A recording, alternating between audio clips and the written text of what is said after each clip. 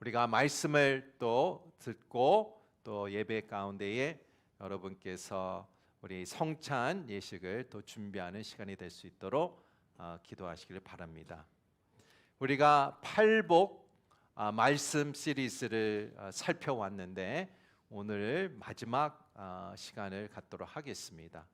오늘은 핍박받는 자에 대한 내용인데요. 핍박은 무엇인가? 핍박이란 사전을 찾아보니까 이런 정의를 내립니다. 인종, 종교 또는 정치적 신념을 이유로 장기간에 걸쳐 불공정하거나 잔인한 대우를 받는 것을 말한다고 얘기하고 있습니다. 여러분은 어떤 핍박 박해를 받고 계십니까?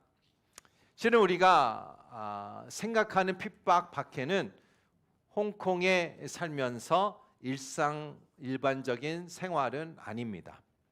물론 정치적인 핍박과 압력은 뉴스를 통해서 우리가 듣고자 합니다. 그러나 우리가 노골적으로 잔인하고 억압하는 나라에 살고 있지 않습니다. 그렇다고 우리가 프레셔가 없는가?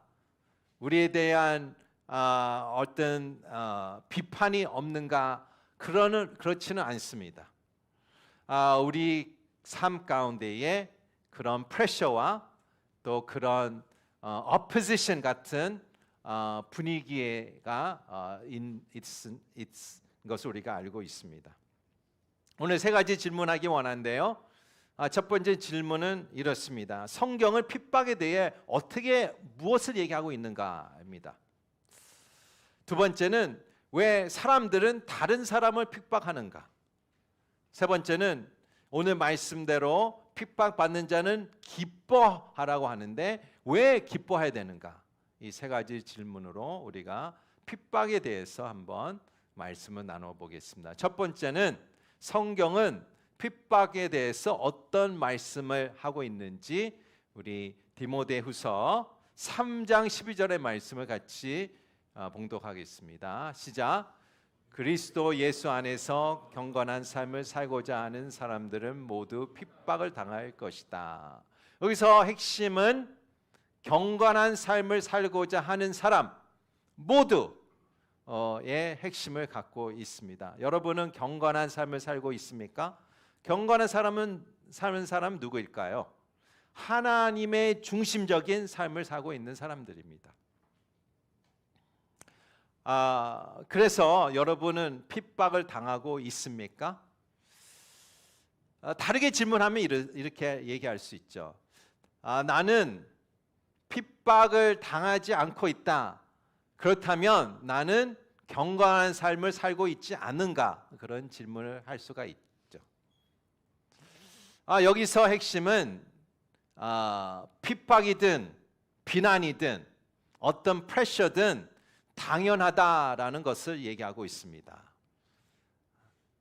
다음 요한복음 15장의 말씀 보겠습니다. 내가 너에게 종이 주인보다 더 높지 않다라고 한 말을 기억하라. 예수님이 제자들에게 얘기하는 것입니다.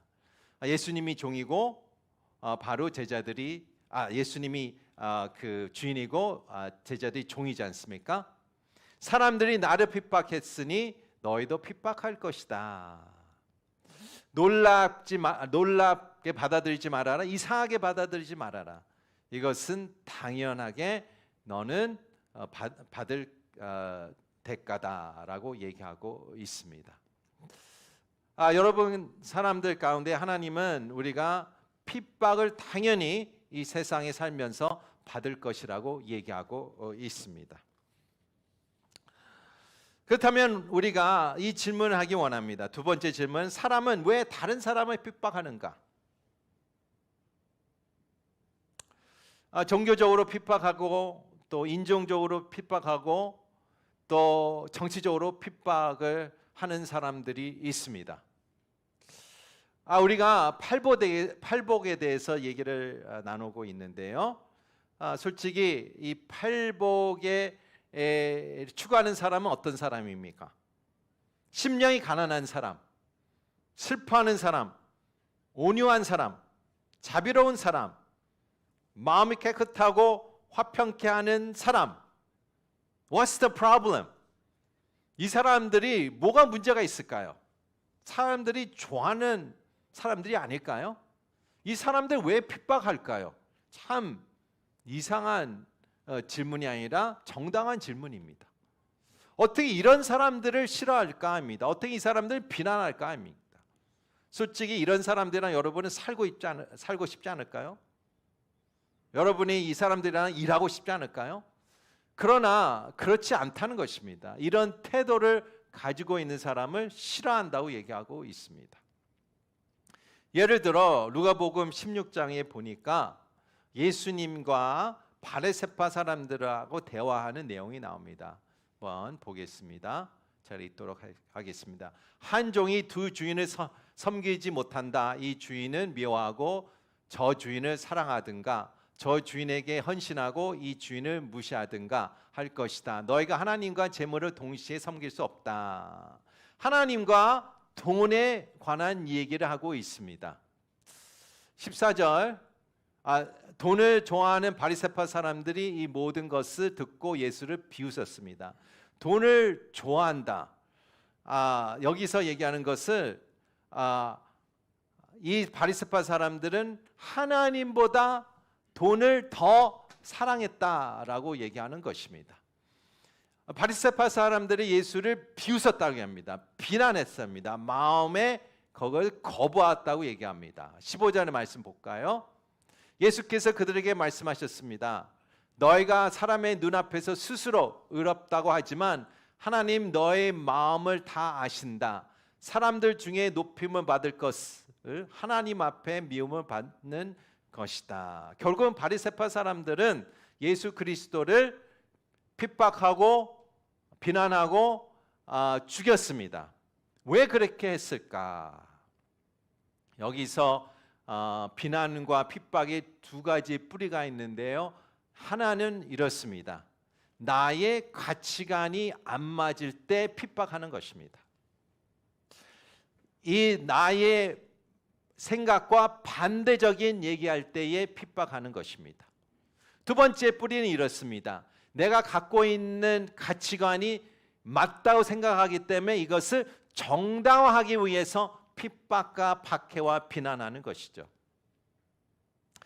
성도 여러분, 우리가 쉽게 얘기해서 여러분이 교회를 다니고 예수를 믿기 때문에 핍박을 받는다고 우리가 생각하는데요. 그것은 무슨 뜻일까요? 우리가 세상 사람들과 가치관이 다르다고 얘기하는 것입니다. 언젠가 여러분이 세상 사람들과 가치관은 일치했습니다. 그러나 예수님을 인격적으로 만나고 여러분이 크리스찬 가정에서 자랐든 안 자랐든 큰 차이가 없을 수 있어요. 크리스찬 가정에도 세속적으로 살 수 있는 가정이 있습니다.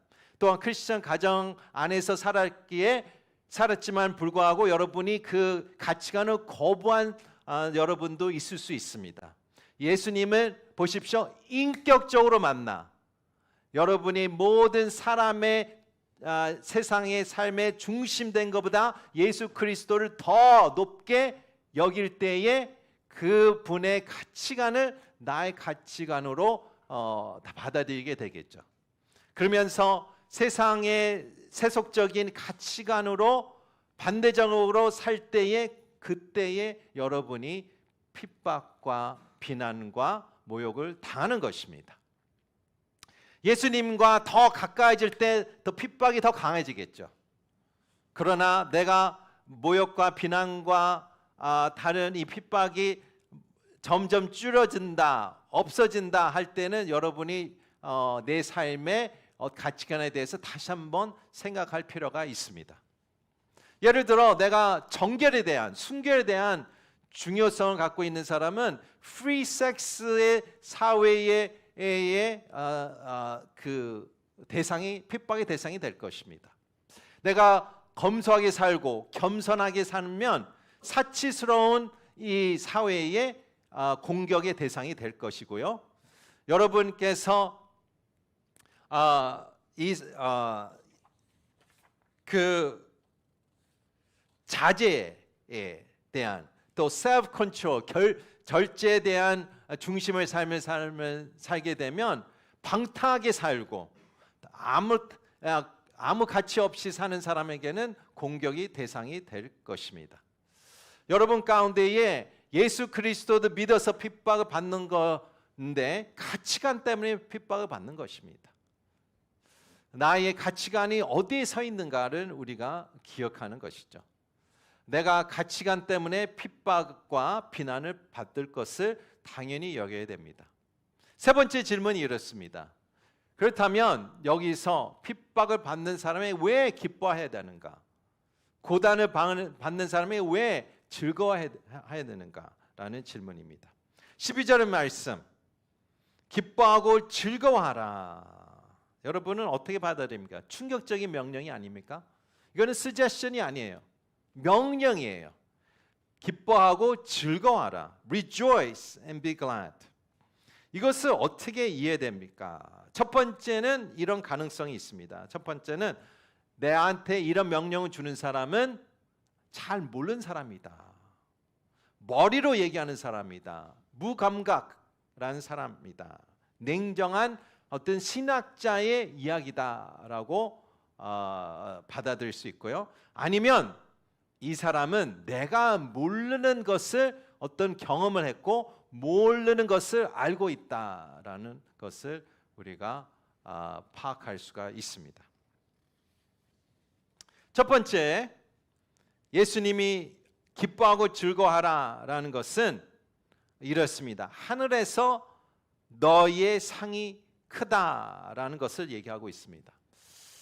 내가 핍박을 당하고 모욕당할 때마다 나의 상이 커진다라는 것입니다. 신기하죠? 내가 고난을 당할 때마다, 내가 비난을 받을 때마다 상이 커진다. 그 상이 무엇일까? 궁금하죠? 그 상이 얼마큼 커질까? 그리고 하늘에 어떤 뱅크 어카운트가 있는 것이지 않습니까? 보이지도 않고 느끼지도 않고 이 상 도대체 무엇일까? 고린도후서 4장의 말씀입니다. 같이 읽도록 하겠습니다. 시작. 우리가 잠시 당하는 가벼운 고난은 그것을 모두를 능가하고도 남은 영원한 영광을 우리에게 이루어 줄 것입니다. 보십시오. 17절 다시 보겠습니다. 이 상, 영광은 나의 고난보다 훨씬 크다라는 얘기입니다. 여러분, 코끼리가 큽니까? 쥐가 큽니까?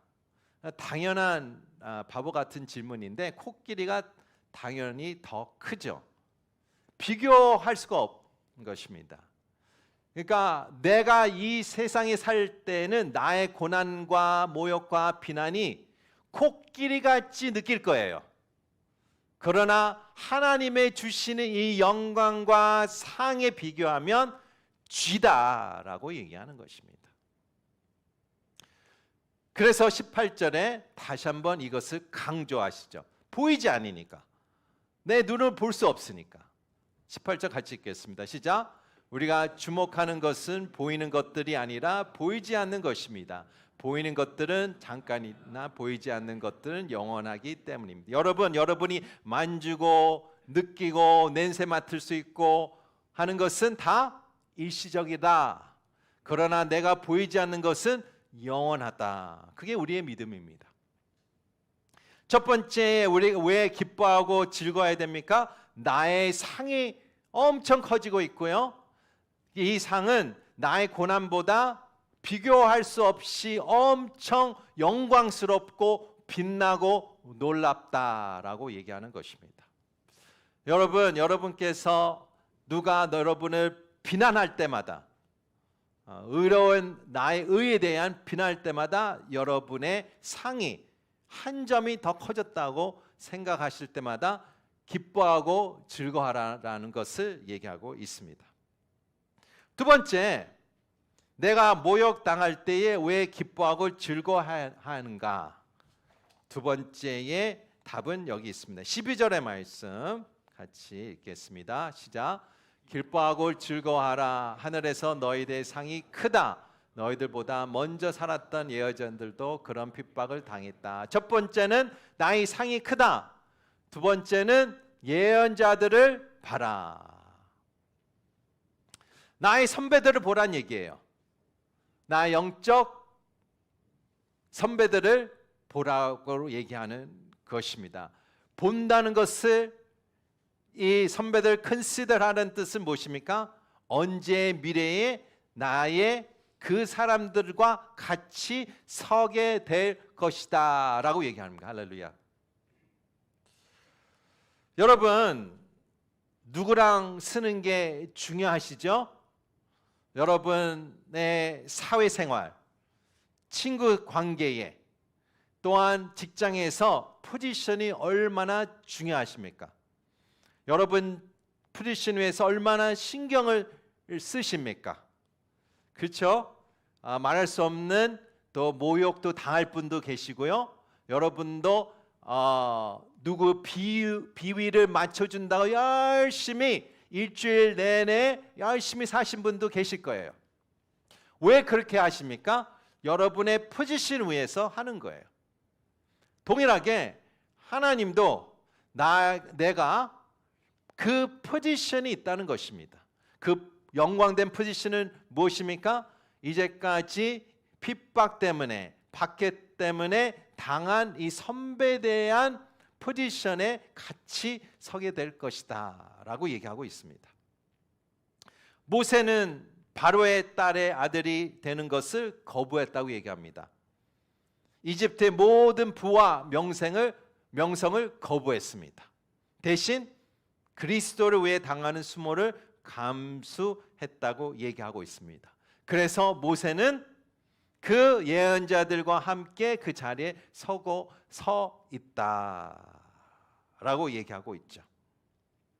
그래서 히브리서 11장에 우리가 얘기하는 Hall of Fame이 아니라 야구나 농구나 어느 축구의 Hall of Fame이 아니라 Hall of Faith, 믿음의 영광의 자리는 누가 있다고 얘기합니까? 이사야 같은 사람이 있다고 얘기합니다. 이사야는 보니까 톱질을 당할 가능성이 높습니다.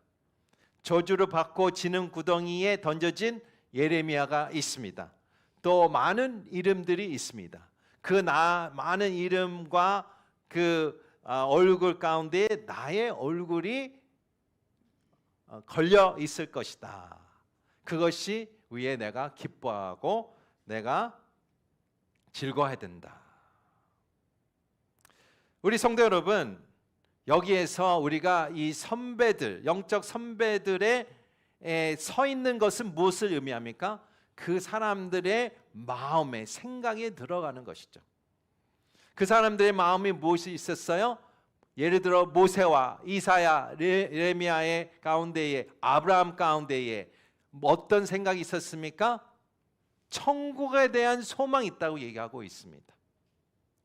천국에 있는 소망. 근데 이런 질문할 수 있어요. 천국만 바라보는 사람은 세상에 잘 못 산다. 세상의 현실이 떨어진다라고 반박할 수 있습니다. 진짜 그럴까요? 성도 여러분, 내가 세상에 마음이 든 사람은 어떤 사람이 되는지 아십니까? 두려움을 갖는 사람이 될 수밖에 없어요. 불안한 마음을 가질 수밖에 없습니다. 불평과 불만을 가질 수밖에 없습니다. 왜? 이 세상이 다니까 그렇습니까? 이 세상에 어떤 사람이 내 밥그릇을 뺏는다고 생각해 보십시오. 그러면 여러분이 얼마나 화가 나겠습니까? 얼마나 분노하겠습니까? 얼마나 불안하겠습니까? 세상 사람들은 그래서 불안하고 싸우고 서로 짓밟고 사는 것이죠. 왜? 이 땅이 모든 것 전부가 돼서 그렇습니다. 그러나 천국의 마인드를 갖고 있는 사람, 천국의 포커스를 갖고 있는 사람은 이 세상의 현실을 다 알고 있죠. 다 파악하고 있죠. 그러나 거기에서 불안한 감이 없는 거예요. 불만이 없는 것입니다. 오히려 감사가 있는 것입니다. 왜? 이 세상이 다가 아닌 것을 알고 있죠. 이 사람들은 어떤 파도가 쳐도 어떤 태풍이 8호든 9호든 10호가 와든 불안하지 않습니다. 왜? 이 사람들의 생각과 마인드는 천국에 있다고 얘기하고 있습니다. 그래서 예수님께서는 5장에 이 팔복에 대한 얘기를 시작하면서 어떻게 이어갑니까? 이 팔복에 대한 축복받은 자, 이것은 어떤 성품을 얘기하고 있죠. 어떤 가치관을 얘기하고 있죠. 이 사람들은 어떤 사람이 됩니까? 결국은 5장의 하단에 보면 세상의 소금 같은 사람이 된다. 세상의 빛이 되는 사람이 된다는 것을 얘기하고 있습니다. 그래서 핍박받는 자가 축복받는다는 얘기를 하고 있는 것이죠. 이 핍박이 즐거움의 어떤 수단의 방법이 되는 거예요. 내가 핍박을 받으면서 하나님께서 상을 주십니다. 그래서 우리가 그 상으로 받기 위해서 즐거워하는 것뿐만 아니라 이 핍박을 통하여 일반 사람이 모르는 그 기쁨을 우리가 체험할 수 있다는 것입니다. 아는 사람만 알 수 있다. 아는 사람만 알 수 있다.